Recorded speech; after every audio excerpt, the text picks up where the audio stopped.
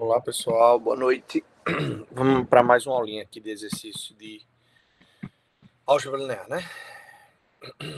Então, hoje vamos continuar discutindo a parte de um pouquinho de transformações e entrar na parte de produto interno, mesclar alguma coisa nessa linha, tá?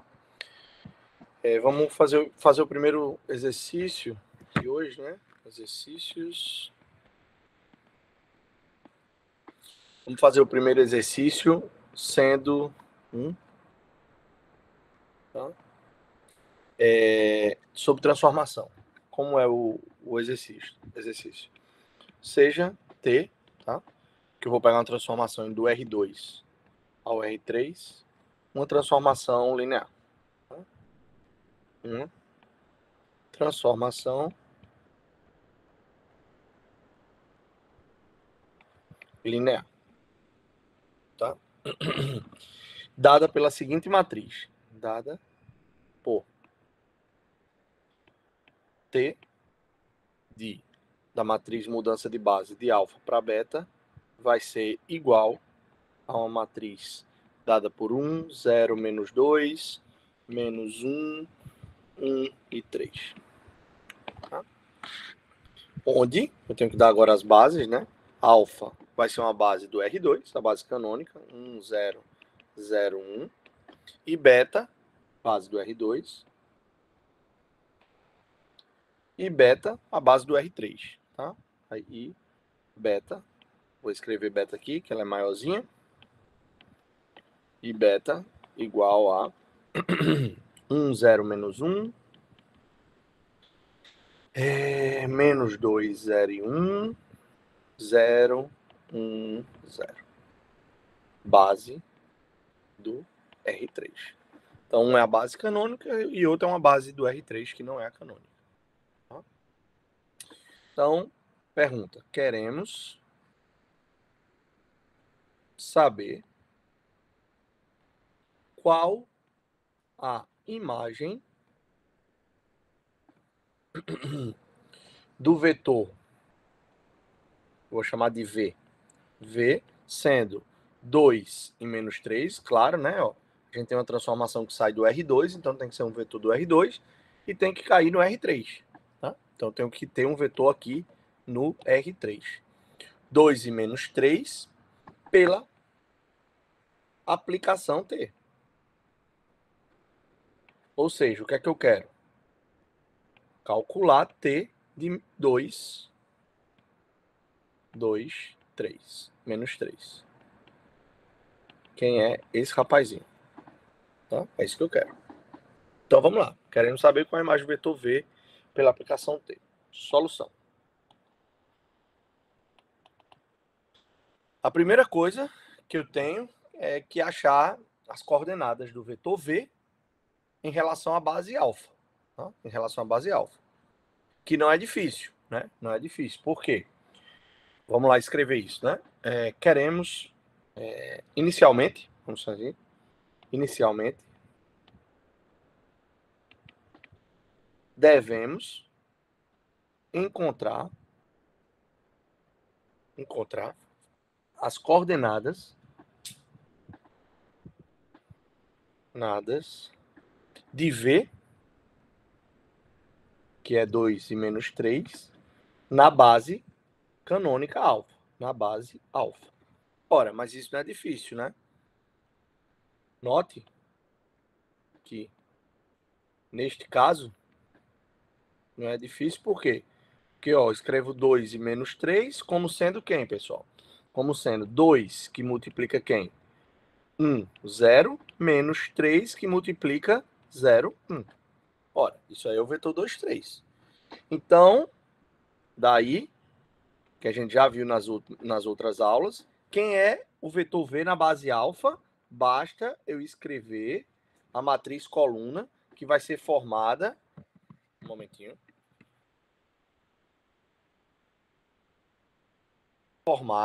Que vai ser formada pelos coeficientes. Ou seja, eu vou colocar os coeficientes aqui. Então, vai ficar quanto? 2 e menos 3. Pronto, eu já tenho uma matriz. tá? Só que eu tenho um resultado que é muito importante, que diz o seguinte. Além disso, sabemos do seguinte, que T aplicado ao vetor V na base beta, por que na base beta? Porque é a base do R3. Observa que quando eu aplicar T no vetor do R2, ele cai em R3. Então, eu tenho que olhar a base, exatamente a base beta. Tá? Então, eu quero ver quem é a matriz do vetor T de V, que é um vetor do R3. Só que a gente sabe como é que escreve essa matriz. Essa matriz, esse aqui, é igual a matriz mudança de base, de alfa para beta, que multiplica o vetor na base alfa. Isso sempre vai ser assim, isso é um resultado, é um teorema. Tá? Precisamente é um dos teoremas principais do curso, tá? Do livro. Então, basta você verificar que toda vez que eu quiser escrever o valor da transformação aplicada no vetor V numa base beta, eu vou escrever a matriz mudança de base que eu vou dar e observa qual a diferença. Aqui vai entrar exatamente a base alfa, a primeira, T de alfa para beta, que multiplica V na base alfa. Perfeito. Só que isso tudo eu já tenho, né, pessoal? Por quê? Quem é a matriz mudança de base está aqui, ó, de alfa para beta, 1, 0, menos 2, menos 1, 1 e 3. Então, vamos escrever. 1, 0, menos 2. E quanto? 1, menos 1, 1 e 3. Que multiplica o vetor V. Quem é o vetor V? 2 menos 3. O vetor V na base alfa. 2 menos 3. Ora, então eu tenho aí o seguinte. Observa que eu tenho uma multiplicação de matrizes. É bom quem não está lembrado, dar uma olhadazinha na multiplicação de matrizes, tá ok? Então a primeira é o quê? 2 que multiplica 1, 2, menos 3 que multiplica menos 1, mais 3.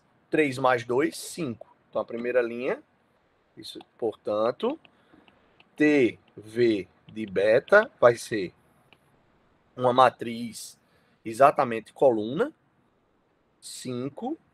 O outro, 0 que multiplica 2, 0. 1 que multiplica menos 3, menos 3. E a última linha, linha por coluna, 2 vezes 2, menos 2 vezes 2, menos 4. 3 vezes menos 3, menos 6, tá? Desculpa, menos 9, desculpa. 2 vezes 2, menos 4. Menos 9, isso daqui dá menos 13. Menos 13. Essa é a matriz. Ora, ou seja, eu sei que essa matriz, como foi que a gente brincou aqui, pessoal, para encontrar essa matriz? É a matriz dos coeficientes. Opa, professor. Então, ou seja, se eu considerar a base que eu dei, que é a base beta, eu tenho que conseguir escrever o quê? T de V na base beta. Quem é a base beta? Vamos recordar. É 1, 0 e menos 1. 1, 0 e menos 1. É menos 2, 0 e 1. E é 0, 1, 0. Então, o que é que eu tenho que colocar aqui, pessoal? Aqui eu tenho que colocar os coeficientes. 5, menos 3 e menos 13. 5, menos 3 e menos 13. Ora, quando eu fizer essa continha, 5 vezes 1, 5, menos com menos mais, 3 vezes 2, 6. 6 mais 5, 11, já que menos 3 vezes 0 é 0. Isso aqui dá 11.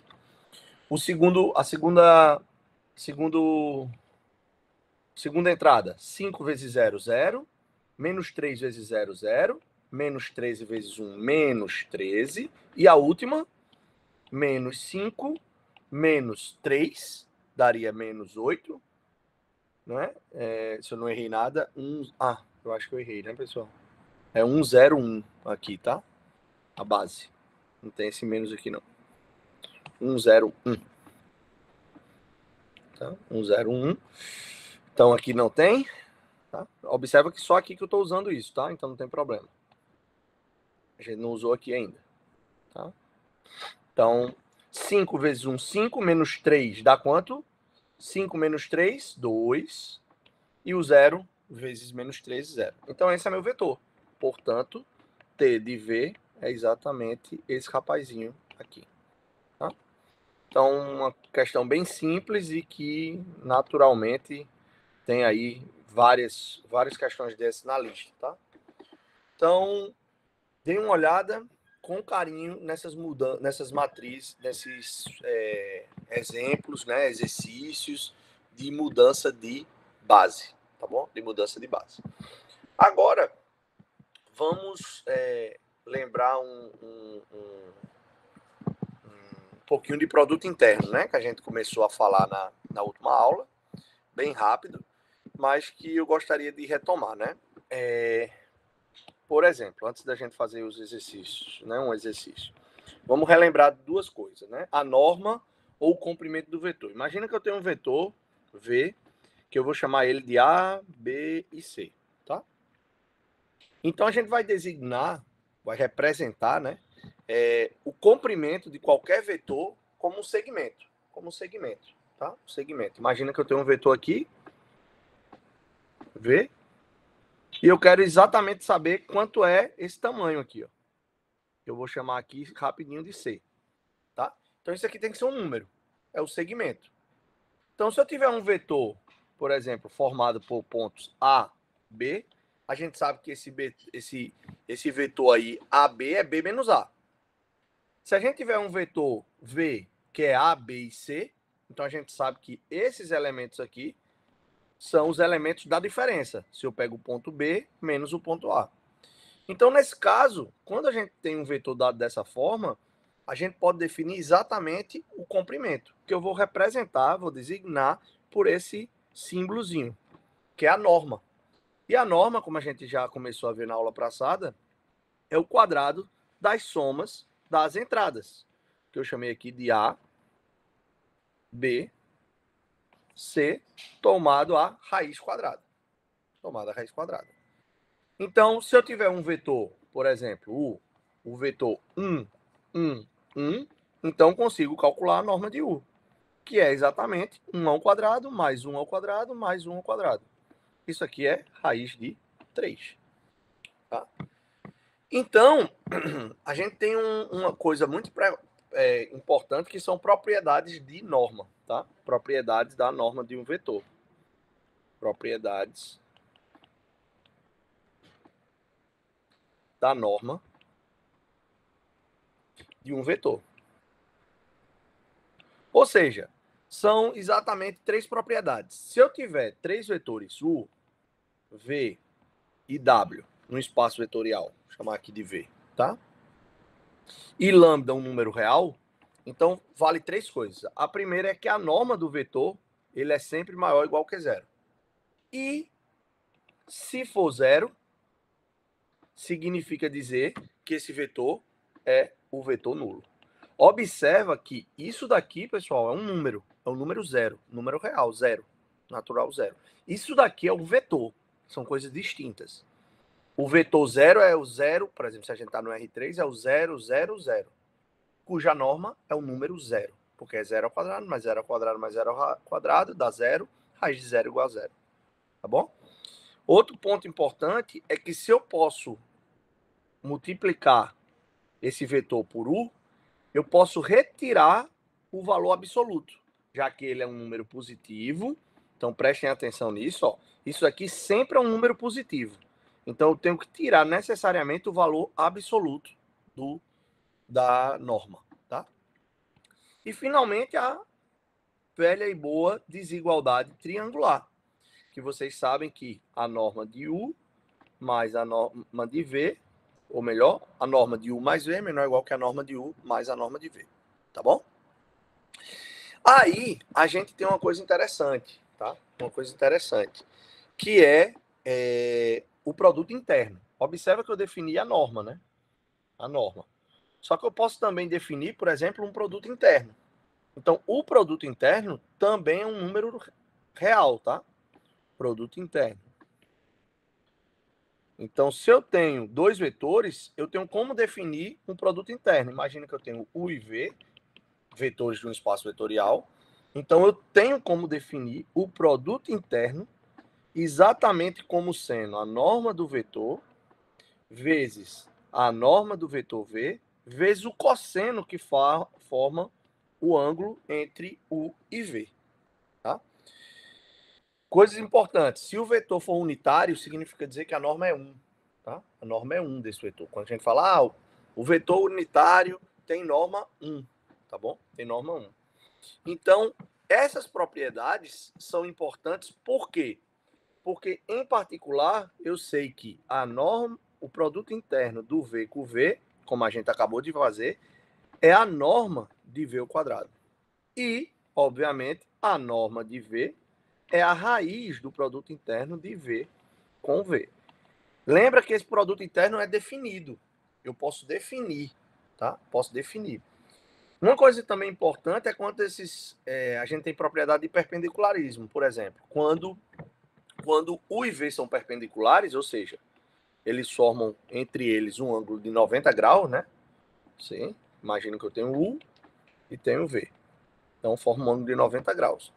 Observa que, nesse caso, o cosseno de 90 graus é zero. Então, o produto interno de U por V é zero. Então, toda vez que o produto interno entre U e V for zero, significa dizer que os vetores são perpendiculares. E se são perpendiculares, o produto interno é zero. Tá bom? Então, perfeito. Então, isso é uma propriedade muito importante. Tá?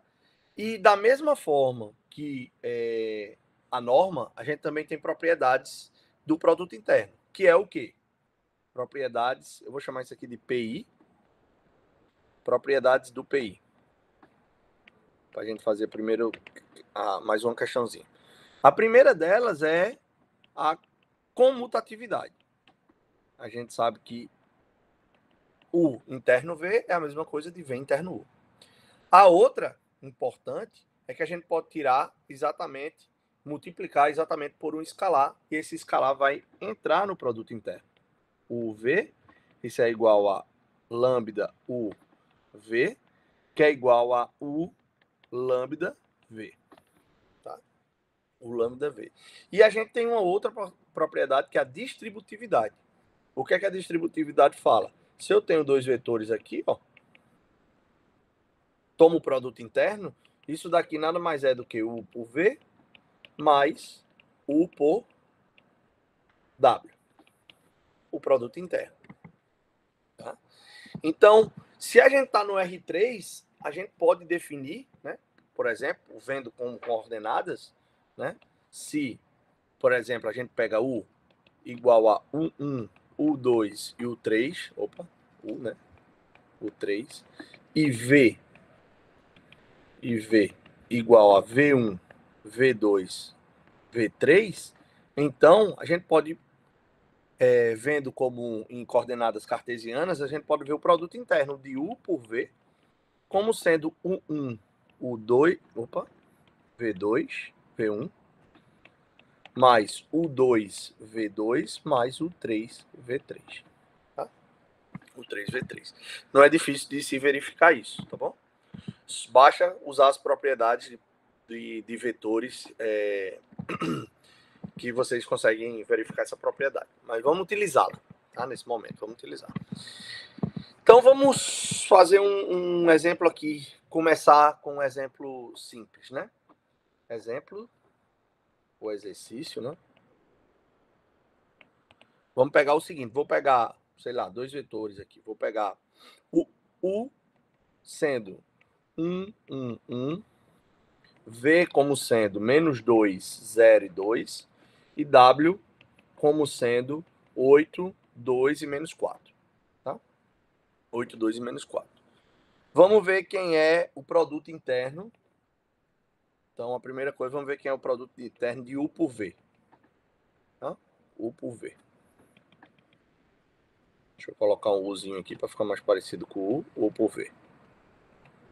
Beleza.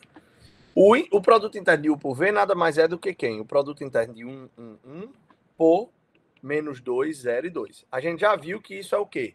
É o produto de cada coordenada. Então, isso vai dar menos 2, mais 0, mais 2. Opa, isso aqui é 0. Ora, se isso é 0, significa dizer o quê, pessoal? Que U é perpendicular a V. Ou seja, é equivalente a dizer que o ângulo, que eu vou representar assim, ó, U por V, isso aqui é o ângulo, aqui embaixo. Isso aqui é o ângulo de U por V, é exatamente 90 graus. Tá? 90 graus. Vamos pegar mais um aqui. Vamos fazer U por W. Vamos ver quem é U por W. Isso aqui é quem? É o produto interno de 1 por W. Quem é W? Eu já esqueci. Tá aqui. 8. Isso é 8, né? Creio que sim. 8, 2 e menos 4. 8, 2, menos 4. Isso é quem? É 1 vezes 8, mais 2, 1 vezes 2, mais 1 vezes menos 4. Menos 4. Ora, se eu fizer essa continha, 8 mais 2, 10, menos 4, 6. 6. Perfeito. Agora vamos calcular exatamente quem é a norma de U. Eu quero encontrar o ângulo agora. Quem é a norma de U? A norma do vetor U, a gente sabe como é que encontra. A gente já fez. É raiz de 3, que é 1 ao quadrado, mais 1 ao quadrado, mais 1 ao quadrado. E a norma do vetor V é igual a raiz de 8 ao quadrado, mais 2 ao quadrado, mais menos 4 ao quadrado. Observa que isso aqui é um número positivo, tá, pessoal? Então, você fazendo essa continha, você vai chegar que é 2 raiz de 21. Façam depois. Então, quem é o ângulo? O ângulo, eu consigo encontrar o cosseno entre U e W. Eu disse quem era a fórmula. É o produto interno do U por W. U por W. Dividido pelo produto da norma, correto? Vamos relembrar? Tá aqui, ó. Aqui, ó. Então, o que é que eu estou fazendo? Estou passando isso daqui, dividindo. Já que isso aqui não é zero, isso não é zero. Então, com isso em mãos, eu consigo calcular exatamente quem é o vetor. Quem é o ângulo, desculpa. O ângulo vai ser o interno V, que eu sei quem é, 6. Tá aqui, ó. 6. Dividido por raiz de 3. 2, o que multiplica 2 sobre raiz de 20, 2 vezes raiz de 21. Ora, só que eu sei que 21 é 7 vezes 3. Então, eu posso escrever isso da seguinte maneira. 6 sobre 2 vezes 3, raiz de 7. Raiz de 7. E ainda mais, né? Isso aqui eu posso simplificar. Isso daqui nada mais é do que 1 sobre raiz de 7. Isso aqui é 1 sobre raiz de 7. Então, um exemplo simples. Então, quem é o ângulo, pessoal? O ângulo, assim. Quem é o ângulo entre U e W? É o arco, cujo cosseno, arcosseno, é 1 sobre raiz de 7. Isso aqui não precisa, pode deixar dessa forma, tá bom? Então, isso aqui vocês podem brincar de várias maneiras com isso, tá? Na próxima aula a gente vai fazer algumas coisas de projeção. Mas o que é que eu queria dizer? Que o produto interno, pessoal, ele é feito, né, para em determinados entes. Como lembra da transformação, a gente poderia definir transformação do R2 no R3, das matrizes, dos polinômios, das funções que eram deriváveis. A mesma coisa funciona se a gente verificar, por exemplo, outros tipos de produto interno. Vamos lá, o que é que eu quero dizer? Eu quero dizer o seguinte, ó. Vamos considerar o P2. São polinômios de grau até 2. Então, considere exercício 3, né? Esse aqui foi o 2. Exercício 2. Certo. Exercício 3.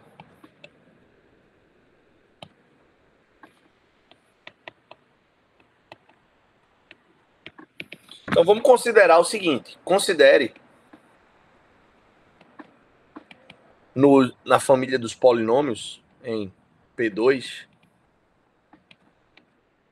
que são polinômios de grau até 2, ou seja, A mais BT mais CT ao quadrado. Isso é um polinômio de grau 2, tá bom? Então ele pode ter A0, pode ter A0 e pode ter B0, menos o C, tá bom? Então, perfeito. Pega um polinômio de grau 2, né? De fato, ele pode, né? Pode ser escrito assim.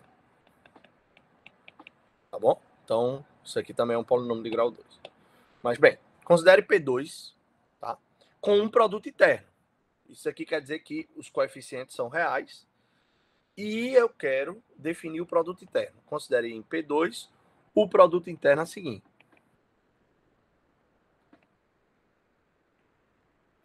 Eu vou dizer que f de t, pego duas funções, dois polinômios, f e g. Eu vou dizer que o produto interno de f e g nada mais é do que integral de 1 de 1 até 2 de f de t por g de t dt. Então eu quero saber o seguinte: nessas condições,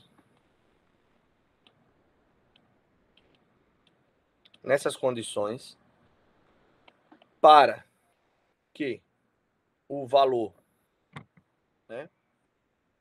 Para qual valor, vamos escrever assim, para qual valor de m temos que f de t igual a mt ao quadrado menos 1 é ortogonal a g de t igual a t.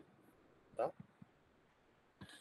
Então, o que é que eu quero? Eu quero ver quais são os valores de m de Maria, para os quais f e g são ortogonais. Tá? São ortogonais. Então, o que é que a gente tem moralmente? A gente tem que ver quando é que o produto interno, pegando esses dois vetores e usando esse produto interno, o produto dá zero, né? Perpendicular, ortogonal. Então, eu quero ver quando é que os vetores estão assim, ó. Esse polinômio multiplicado por esse. Ora, não é difícil, né? Eu quero, então, que o produto interno entre os dois seja zero. Perfeito.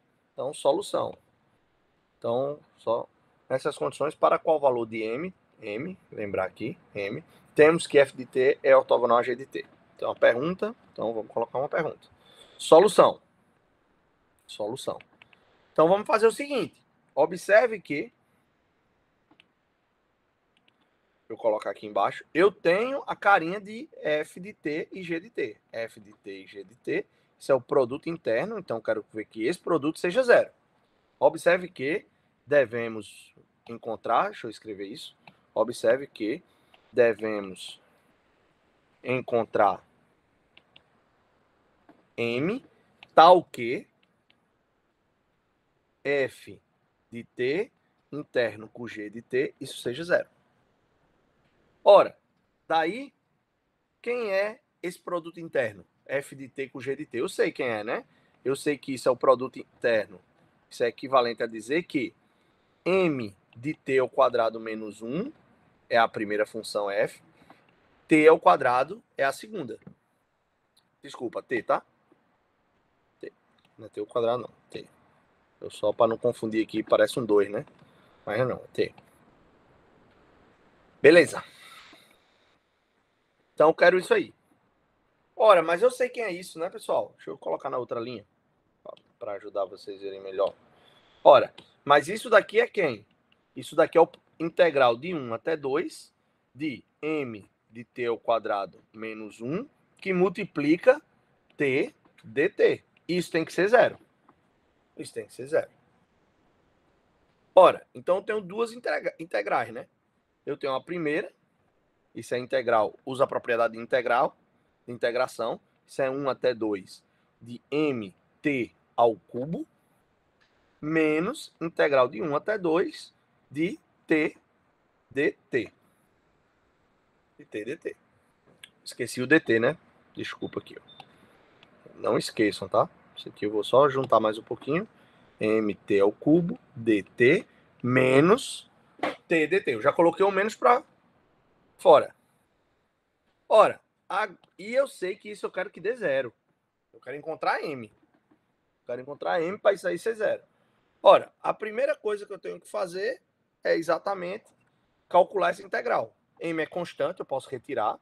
Né? Então vai ficar, isso é equivalente a dizer m t a 4 a quarta sobre 4, mais os limites aplicados no limite de integração. Quem são os limites de integração? T igual a 1, t igual a 2. Menos integral de t, é t ao quadrado sobre 2, aplicado nos limites de integração, t igual a 1 e t igual a 2. Isso tem que ser zero. Observa que do primeiro, eu sei que isso é m vezes 2 a quarta sobre 4, menos esse limite, menos esse. Menos 1 sobre 4, que 1 a quarta é 1. Aí aqui eu vou escrever assim, para facilitar já, para a gente já ver a continha mais rápido, tá? 2... Não, pode deixar assim, 2 a quarta. Eu vou fazer a conta mesmo. Assim, tá perfeito. E o segundo eu sei quem é, né? O segundo é mais simples, né? 2 ao quadrado sobre 2 menos 1 meio. E isso tem que ser zero, pessoal. Isso tem que ser zero. Então, vamos isolar aqui os termos. 2 a quarta é 16, menos 1, 15. Isso é 15m sobre 4. E isso aqui é igual a quanto? Vou jogar esse membro aqui que está negativo para o lado direito. 2 ao quadrado, 4. 4 menos 1, 3 meios. 3 meios. Olha que negócio bacana. Então, quem é o valor de m? M nada mais é do que 4 vezes 3 sobre 2 vezes 15. 2 vezes 15. Só que eu consigo simplificar, né? Ó, eu simplifico por 2 e por 2. Isso aqui dá 1, isso aqui dá 2. Eu simplifico por 3. Isso aqui morre, né? Simplificando, dá 1. E aqui dá 5. Então, qual a resposta? Qual o valor de m? M vale 2. Opa. Portanto, m igual a 2 quintos. Então, se m for 2 quintos, significa dizer que os vetores são perpendiculares. Ou seja, f é ortogonal a g.